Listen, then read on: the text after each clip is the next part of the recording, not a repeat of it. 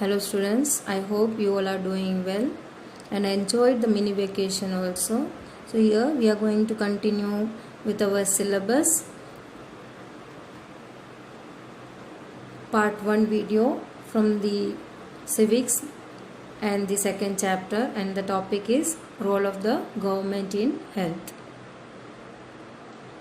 So these are the glossary what you have to write down in FNB. The first word is public, an activity or service that is meant for all people in the country and is mainly organized by the government. These include schools, hospitals, telephone services, etc. People can demand these services and also raise questions about their non-functioning. The next word is private, an activity or service that is organized by an individual or company for their own gain. Next one is medical tourist. This refers to the foreigners who come to this country specifically for medical treatment at hospitals that offer world-class facilities at lower cost than what they would have to pay in their own countries. Next one is communicable diseases. These are diseases that are spread from one person to another in many ways, such as through water, food, air, etc. OPD. This is the short form for outpatient department. This is where people are first brought in and treated in hospital without being admitted to any special ward. Next one is ethics. Moral principles that influence a person's behavior. Generic names. These are the chemical names of the drugs. They help in identifying the ingredients. They are globally recognized. For example, acetyl salicylic acid is the generic name for aspirin.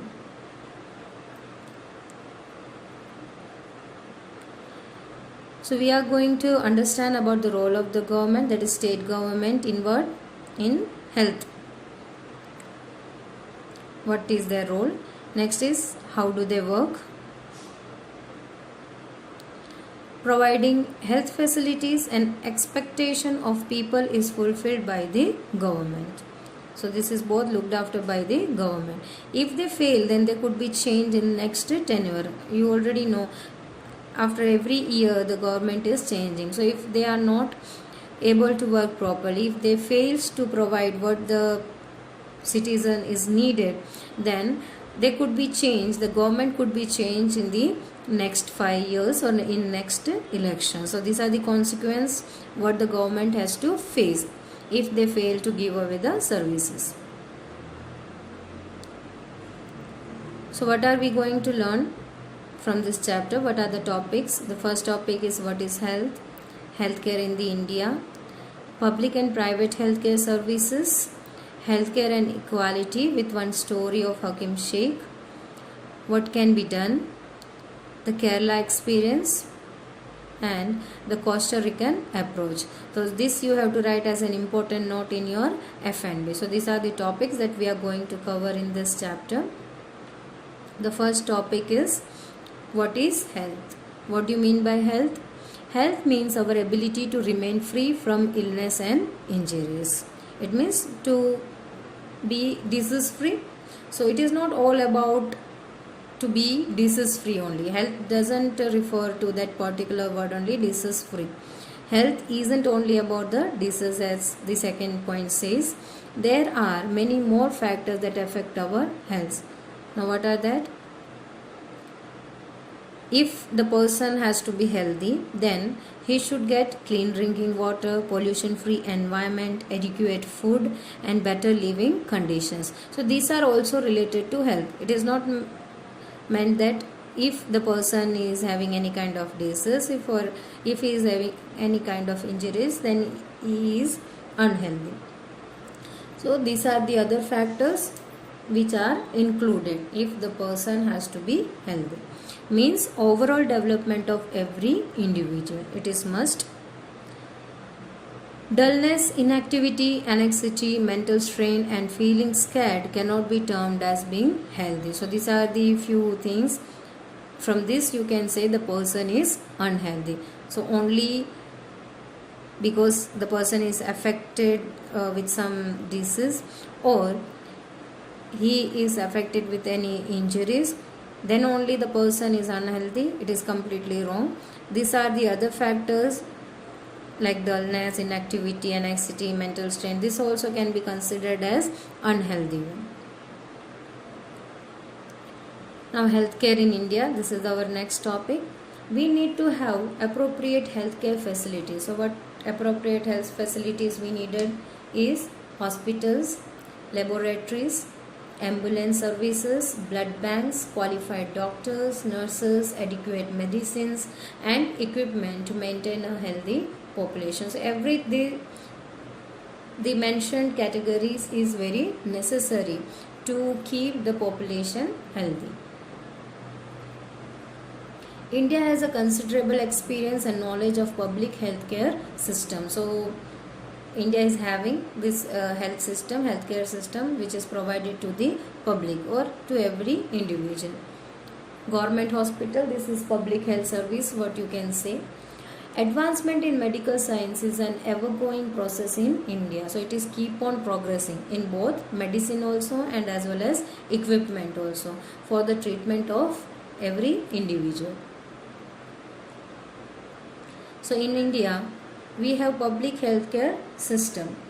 So we are going to learn about it by understanding the two columns. What facilities do we have and what are the problems that we are facing. Both the things are given in this two columns. So we will go with the first point in the left hand side. See the first point. India has the largest number of medical colleges in the world and is among the largest producers of doctors. Approximately 15,000 new doctors qualify every year.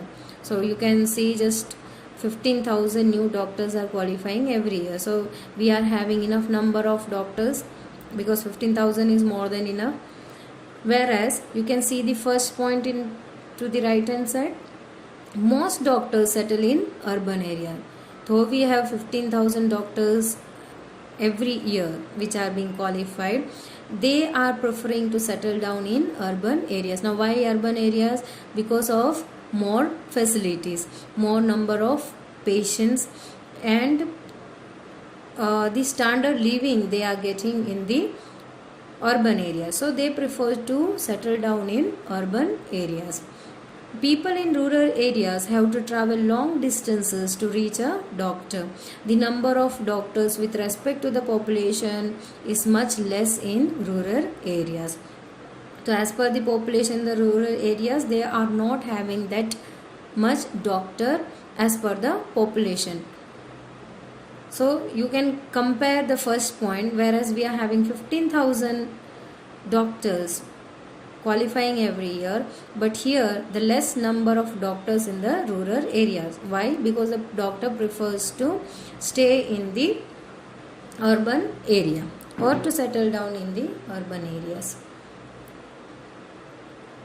The second point is healthcare facilities have grown substantially over the years. In 1950, there were only 2,717 hospitals in India. In 1991, there were 11,174 hospitals. In 2000, the number grew to 18,218 hospitals. So it is keep on growing. The number of hospitals is keep on increasing year by year, and this number would have surpassed the 18,218. This is the 2000s counting, and right now it is which year? 2020. So the number would more the hospital numbers. So see the second point, this much facility, healthcare facility we are having as a hospitals. Now about 5 lakh people die from tuberculosis every year. This number is almost unchanged since independence. Almost 2 million cases of malaria are reported every year, and this number isn't decreasing. So where we are having this much number of hospital facilities, on the same side, number of people in lakhs and millions, the number of peoples are dying because of few diseases. These are the two diseases, tuberculosis and the malaria, and already we are having the medicine for it, though the people are not surviving. See the third point. India gets a large number of medical tourists from many countries. Medical tourists means the patients from the abroad or other country used to come in our country for their treatment, because in their country it is more costlier than here. So they come here in our hospitals or in our country's hospital to get that treatment in cheaper way, and that world class treatment which is more costly in their country, it is cheaper in India, and they are coming over here. So that kind of patient is called as medical tourist. Now see the third point to the other side. We are not able to provide clean drinking water to all. 21% of all communicable diseases are waterborne, for example diarrhea, worms, hepatitis, etc. So you can see there, one side the medical tourists are coming to our country to get the world class treatment, and on the other hand side the people of our country is not getting the clean drinking water. Even because of the same, many communicable diseases which are waterborne are being found over here in our country. So here are such examples of the waterborne diseases, and many are dying because of the same. See the fourth point to the left hand side. India is the fourth largest producer of medicine in the world and is also a large exporter of the medicine. So they are the larger producer also and the largest exporter also. See the fourth point to the right hand side. Half of all children in India do not get adequate food to eat and are undernourished. So we are the fourth largest producer of medicine and even the largest exporter, whereas to the other side our children, half of all the children in India, they are not receiving or they are not getting the adequate food to eat. So they are undernourished. They are not getting the proper nutrients. So how their health is going to become proper, how they are going to become healthy if they are not getting the adequate nutrition for the growth of their body. So from here only you can understand the public healthcare system what we are having in India. So what did you understand from both the column? With all the positive development, we are not able to provide healthcare facility to the people. Why? So left hand side, that all development you have seen, enough number of doctors, enough number of hospitals, we are the largest producers of medicine and even the exporter. Many patients are coming out from the country to our country to get the best treatment. So all these positive developments are not helping out to give the better facility, better healthcare facility to the people of our country. Now why it is happening? Lack of responsibility. Everybody settled in urban areas to earn more. So it is the responsibility of every individual doctor, without thinking their own requirement or their own convenience, they have to understand their responsibility. As a doctor, the facility what is given to the urban area, it should be received to the rural areas also. This is our country, so this is their responsibility as a citizen of the country to develop the country also. It is not all kind of responsibility of the government also only. The government will provide the services to us to get better, to get developed, but our responsibility also is very important. So here what we are facing, because of the lack of responsibility, we are not receiving the healthcare facilities. Secondly, Corruption.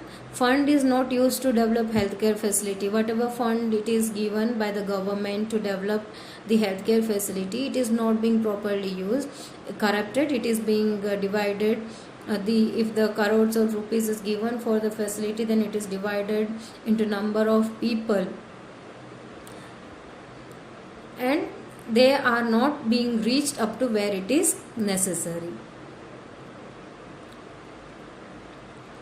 Next is population.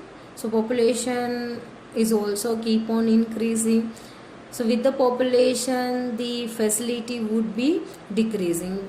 The government are not able to provide for the large population the services. So it is very necessary to control the population also to get the best facilities in future and present also. So there are certain issues that needed to be focused upon for positive development in healthcare. The number of doctors with respect to the population is much less in the rural areas, as we have discussed already.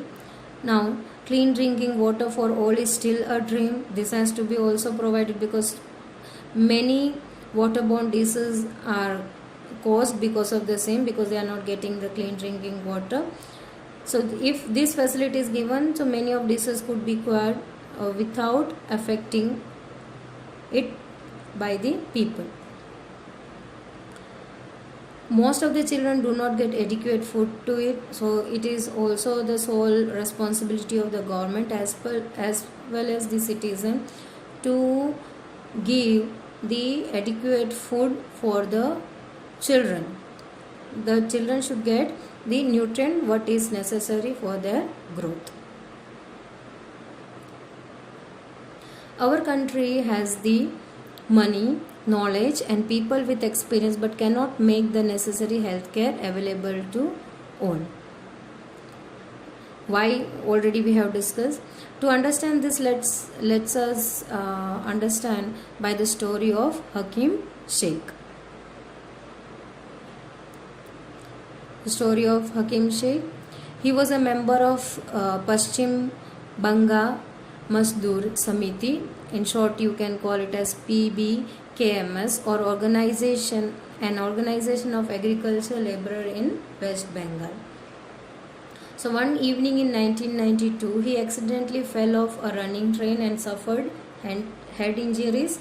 He was in very serious condition and needed immediate treatment. He was taken to a government hospital in Kolkata, but they refused to admit him because they did not have a spare bed. Another hospital did not have the facility or specialized doctor necessary for his treatment. In this way, he spent 14 hours in critical state and was taken to 8 different government hospitals. But none of them admitted him for one or the other reason. Finally, he was admitted in a private hospital where he received treatment. He spent a lot of money on his treatment. Angry and upset over the indifferent attitude of all the hospital that refused to admit him, Hakim Sheikh and PBKMS filed a case in the court against the government hospital. On what grounds he or PBKMS can file a case? If they deny to just admit him, so on what purpose or what basis the Hakim Sheikh can file a case? Now, the PBKMS or Hakim Sheikh can file a case on the basis of tax what we are paying to the government, because we pay the taxes to the government.